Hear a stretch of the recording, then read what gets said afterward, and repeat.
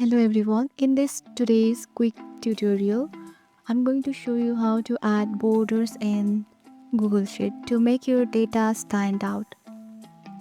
First, highlight the cell you want to add borders to. You can select a single cell or a row, column or an entire range. It's up to you. Next, head to the toolbar at the top. Click on the Borders button. It's the little square icon with 4 borders.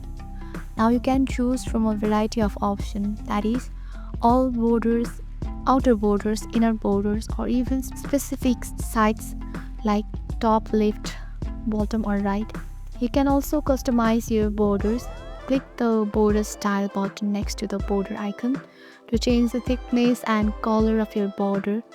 Pick a bold line or dotted style. Simple.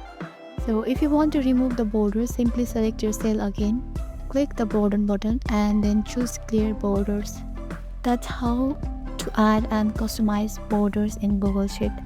If this helped, don't forget to like and subscribe for more tutorials.